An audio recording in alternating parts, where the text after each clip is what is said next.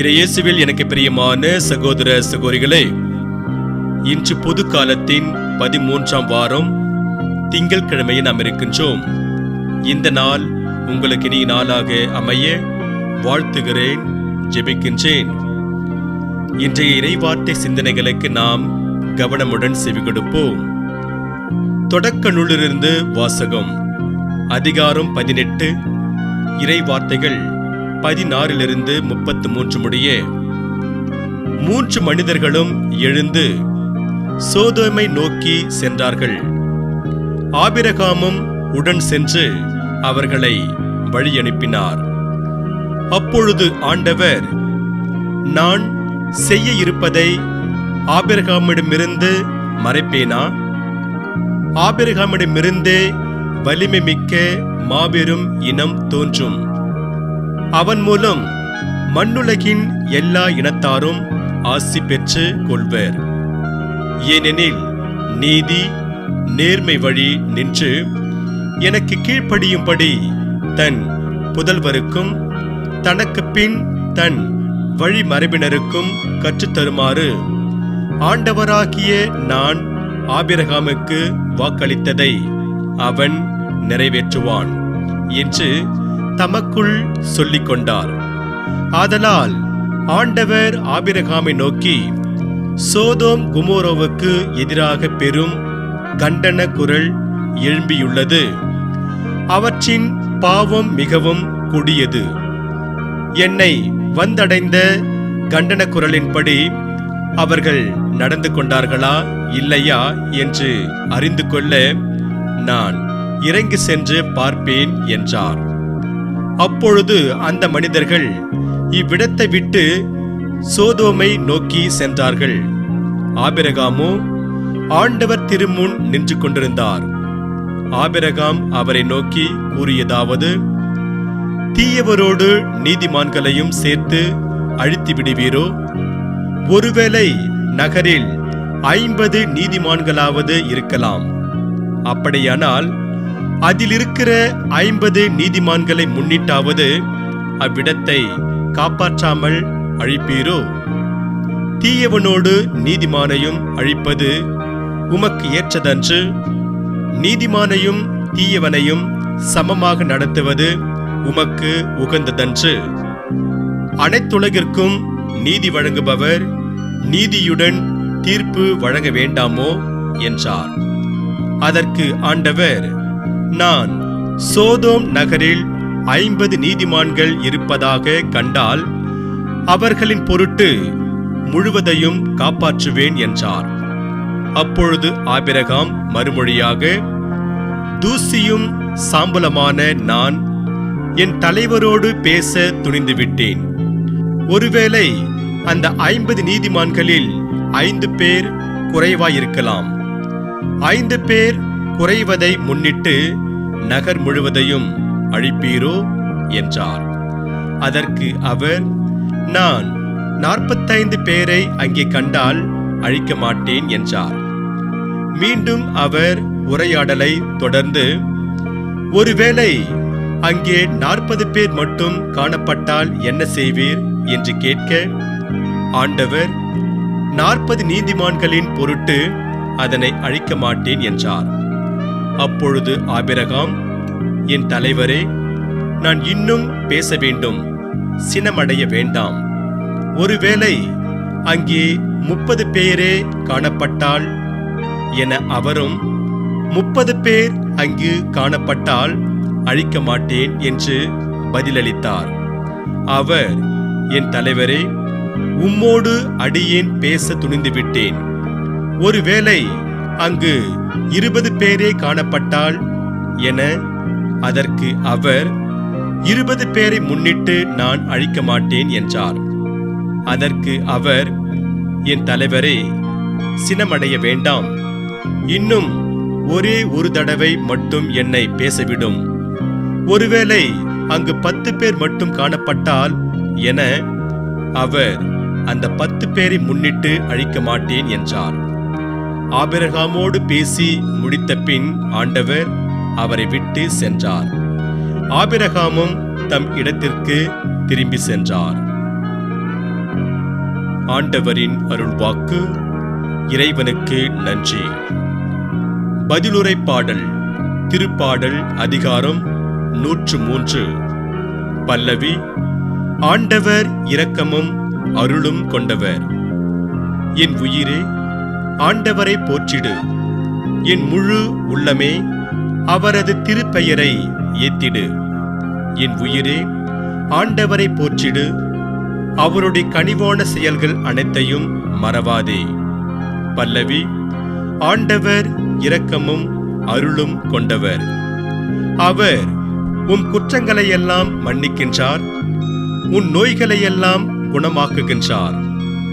அவர் உன் உயிரை பழுகுடியினின்று மீட்கின்றார். அவர் உனக்கு பேரன்பையும் இரக்கத்தையும் மணிமுடியாக சூட்டுகின்றார். பல்லவி. ஆண்டவர் இரக்கமும் அருளும் கொண்டவர். ஆண்டவர் இரக்கமும் அருளும் கொண்டவர், நீடிய பொறுமையும் பேரன்பும் உள்ளவர். அவர் எப்பொழுதும் கடிந்து கொள்பவர் அல்ல, என்றென்றும் சினம் கொள்பவர் அல்லர். பல்லவி. ஆண்டவர் இரக்கமும் அருளும் கொண்டவர். அவர் நம் பாவங்களுக்கு ஏற்ப நம்மை நடத்துவதில்லை, நம் குற்றங்களுக்கு ஏற்ப நம்மை தண்டிப்பதில்லை. அவர் தமக்கு அஞ்சுவோர்க்கு காட்டும் பேரன்பு மண்ணினின்று விண்ணளவு போன்று உயர்ந்தது. பல்லவி. ஆண்டவர் இரக்கமும் அருளும் கொண்டவர். அல்லேலூயா, அல்லேலூயா. இன்று உங்கள் இதயத்தை கடினப்படுத்திக் கொள்ளாதீர்கள், மாறாக நீங்கள் அவரது குரலுக்கு செவி கொடுத்தால் எத்துணை நலம். அல்லேலூயா. ஆண்டவரே, நற்செய்தியை தகுந்த விதத்தில் எடுத்து சொல்ல என் உள்ளத்தையும் உதட்டையும் தூய்மையாக்கும். ஆண்டவர் உங்களோடு இருப்பாராக, உம் ஆன்மாவோடும் இருப்பாராக. தூய மத்தேயு எழுதிய பரிசுத்த நற்செய்தியிலிருந்து வாசகம். ஆண்டவரே, மாட்சி உமக்கே. மத்தேயு நற்செய்தி அதிகாரம் 8, இறை வார்த்தைகள் 18 22 முடிய. அக்காலத்தில் இயேசு திரளான மக்கள் தம்மை சூழ்ந்திருப்பதைக் கண்டு மறுகரைக்கு செல்ல சீடர்களுக்கு கட்டளையிட்டார். அப்பொழுது மறைநூல் அறிஞர் ஒருவர் வந்து, போதகரே, நீர் எங்கே சென்றாலும் நானும் உம்மை பின்பற்றுவேன் என்றார். இயேசு அவரிடம், நரிகளுக்கு பதுங்கு குழிகளும் வானத்து பறவைகளுக்கு கூடுகளும் உண்டு, மானிட மகனுக்கோ தலை சாய்க்கக்கூட இடமில்லை என்றார். இயேசுவின் சீடருள் மற்றொருவர் அவரை நோக்கி, ஐயா, முதலில் நான் போய் என் தந்தையை அடக்கம் செய்துவிட்டு வர அனுமதியும் என்றார். இயேசு அவரை பார்த்து, நீர் என்னை பின்பற்றி வாரும், இறந்தோரை பற்றி கவலை வேண்டாம், அவர்கள் அடக்கம் செய்யப்படுவார்கள் என்றார். ஆண்டவரின் அருள்வாக்கு. கிறிஸ்துவே உமக்கு புகழ். நற்செய்தி வாக்கினால் என்னுடைய பாவங்கள் அகல்வதாக. ஆமென். அவர் உன் குற்றங்களை எல்லாம் மன்னிக்கின்றார். இயேசுவில் எனக்கு பிரியமான சகோதர சகோதரிகளே, பேரரசி விக்டோரியா இங்கிலாந்தின் அரசியாக பொறுப்பேற்றுக் கொண்ட பின் அவரது கையெழுத்திற்காக வந்த முதல் கோப்பு, அதாவது ஃபைல், ஒரு படை வீரனுடைய மரண தண்டனை பற்றியது. அரசியாக பொறுப்பேற்றுக் கொண்ட பின் ஒரு படை வீரன் மரண தண்டனை பற்றிய கோப்பிலா கையெழுத்திடுவது என்று நினைத்த அவர் அதிகாரி ஒருவரை அழைத்து அந்த படை வீரனை குறித்து விசாரித்தார். அப்படி விசாரிக்கையில் அந்த படை வீரன் மீண்டும் மீண்டுமாக அதே தவற்றை செய்திருக்கின்றான் என்றும், அவனை அப்படியே விட்டால் அவனைப் போல பலரும் அதே தவற்றை செய்வார்கள் என்றார் அதிகாரி. பேரரசிக்கு படை வீரனுக்கு மரண தண்டனை அளிக்க விருப்பமில்லை. ஆதலால் அவர் அதிகாரியிடம், நீங்கள் சென்று படை வீரரின் குடும்பத்தை பற்றி விசாரித்துவிட்டு வாருங்கள் என்று சொல்லி அனுப்பி வைத்தார். அதிகாரியும் அந்த படை வீரனின் வீட்டிற்கு சென்று எல்லாவற்றையும் விசாரித்தார். அப்பொழுது அவருக்கு படை வீரனின் குடும்பம் மிகவும் ஒழுக்கமான குடும்பம் என்றும், அவன் தன் குடும்பத்தை நல்வழியில் நடத்தி தானும் நல்வழியில் நடந்ததும் தெரிய வந்தது. இதை அதிகாரி பேரரசியிடம் சொன்னபொழுது அவர் பெரிதும் மகிழ்ந்து படை வீரனின் மரண தண்டனைக்கான கோப்பில் மன்னித்து விட்டேன் என்று கையெழுத்திட்டார். ஆம், இயேசுவில் எனக்கு பிரியமான சகோதர சகோதரிகளே, பேரரசி விக்டோரியா படை வீரனின் குற்றத்தை மன்னித்து அவனை மரண தண்டனையிலிருந்து விடுவித்தார். இன்று நாம் பதிலுரை பாடலாக பாட கேட்ட தாவீது மன்னர், அவர் உன் குற்றங்களையெல்லாம் மன்னிக்கின்றார் என்று பாடுகின்றார். என் உயிரே ஆண்டவரை போற்றிடு என்று தொடங்கும் திருப்பாடல் 103 அதிகாரம். இதில் தாவீது மன்னர் தன்னிலையிலிருந்து தொடங்கி மக்களை இறைவனை போற்றி புகழ அழைக்கின்றார். ஆண்டவரை நாம் ஏன் போற்றி புகழ வேண்டும் என்பதற்கான காரணங்கள் இந்த திருப்பாடலில் சொல்லப்படுகிறது. அவர் குற்றங்களை மன்னிப்பவர், நோய்களை குணமாக்குகிறவர், இரக்கமும் அருளும் கொண்டவர், இன்னும் பல்வேறு நன்மைகளை மக்களுக்கு செய்கின்றவர். இதற்காக நாம் இறைவனை போற்றி புகழ வேண்டும் என்கிறார் தாவீது மன்னர். கடவுள் நாம் செய்த குற்றங்களையெல்லாம் மன்னித்து நம்மீது பேரன்பும் இரக்கமும் காட்டி வருகின்றார். அதனால்தான் நாம் ஒவ்வொருவரும் ஆண்டவரை போற்றி புகழ வேண்டும். மற்ற மனிதர் செய்யும் குற்றங்களை நீங்கள் மன்னிப்பீர்களானால் உங்கள் விண்ணக தந்தையும் உங்களை மன்னிப்பார் என்று தூய மத்திய நற்செய்தியில் 6 அதிகாரம் 14 பார்க்கிறோம். வானளவு உயர்ந்துள்ளது ஆண்டவரது பேரன்பு என்று திருப்பாடல் ஆசிரியர் திருப்பாடல் 108 அதிகாரம் 4 பார்க்கிறோம். ஆண்டவர் நம்மை மன்னிப்பது போல் அடுத்தவர் செய்யும் குற்றத்தை நாம் மன்னிப்போம். அவரோ இரக்கம் கொண்டவராய் அவர்கள் குற்றத்தை மன்னித்தார் என்று திருப்பாடல் அதிகாரம் 78 இறைவார்த்தை 38 திருப்பாடல் ஆசிரியர் கூறுகின்றார். கோயில் தொடர்பாக எந்த ஓர் உதவியாக இருந்தாலும் கிறிஸ்டோபர் தான் முன்னால் நிற்பான். சிறு வயதில் தன் பெற்றோரோடு ஒவ்வொரு நாளும் கோவிலுக்கு வந்த அவன் படிப்படியாக வளரும்போது பீட பணியாளராய், இளைஞர் மன்ற தலைவராய் உயர்ந்தான். இதைவிடவும் அவன் தனக்கு கொடுக்கப்பட்ட ஒவ்வொரு பணியையும் உண்மையுடனும் பொறுமையுடனும் செய்து வந்தான். இதனால் பங்கு குருவானவருக்கெல்லாம் அவன் செல்ல பிள்ளையானான். கிறிஸ்டோபர் வளர்ந்து பெரியவனான பொழுது இராணுவத்தில் வேலை கிடைத்ததும் பணி செய்ய கிளம்பிவிட்டான். இராணுவத்தில் அவன் உண்மையுடனும் நேர்மையுடனும் அர்ப்பணத்துடனும் இருந்ததால் அவனுடைய பதவி உயர்ந்து கொண்டே சென்றது. இப்படி எல்லாமே நன்றாக போய்கொண்டிருந்த நேரத்தில் ஒரு சாலை விபத்தில் அவன் தன் பெற்றோரை இழந்தான். இக்கோர சம்பவம் நடந்த ஒரு சில நாட்களிலேயே அவன் தன் காலில் குண்டடிப்பட்டு வீட்டிற்கு திரும்பி வந்தான். செய்தி அறிந்த அவனை மிகவும் அன்பு செய்த அவனுடைய முன்னாள் பங்கு குருவானவர் அவனிடம் வந்தார்.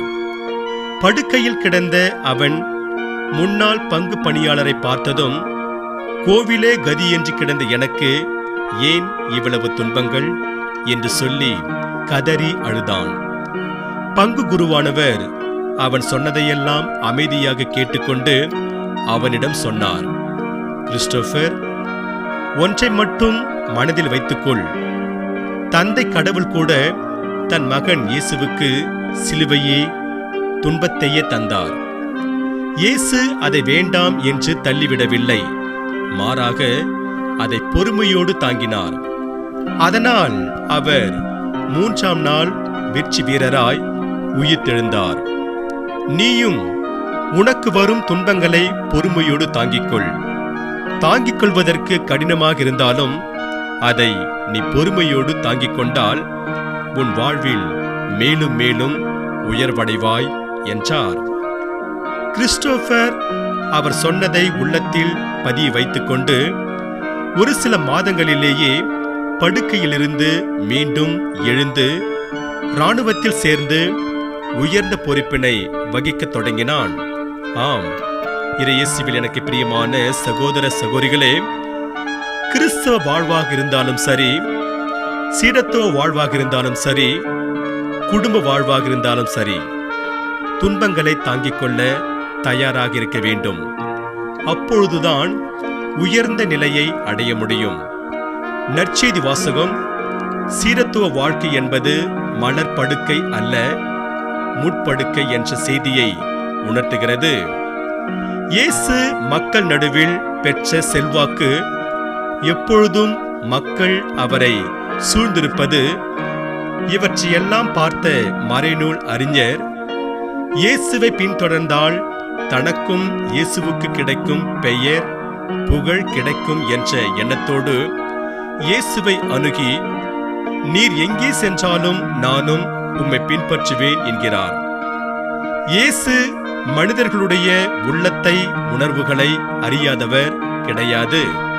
ஆனால் அவர் தன்னிடம் வந்த மறைநூல் அறிஞரிடம் மானிட மகனுக்கு தலை சாய்க்க கூட இடமில்லை என்கிறார். பெயர் புகழ் செல்வாக்கு என்று சீடத்துவ வாழ்வின் ஒரு பக்கத்தையே பார்த்திருந்த மறைநூல் அறிஞரிடம் இயேசு சீடத்துவ வாழ்வின் மறுபக்கத்தை, அதாவது துன்பம் மிகுந்த பக்கத்தை எடுத்து சொன்ன பொழுது நிச்சயம் அவர் ஏமாற்றம் அடைந்திருக்க வேண்டும். அதனால் அவர் இயேசுவை பின்பற்றாமலேயே போயிருக்க வேண்டும். நாமும் இந்த மறைநூல் அறிஞரைப் போல துன்பத்தை விரும்பாமல் இன்பத்தையே விரும்புகின்றோம். நம்முடைய வாழ்வில் சிலுவையின்றி சிம்மாசனம் கிடையாது.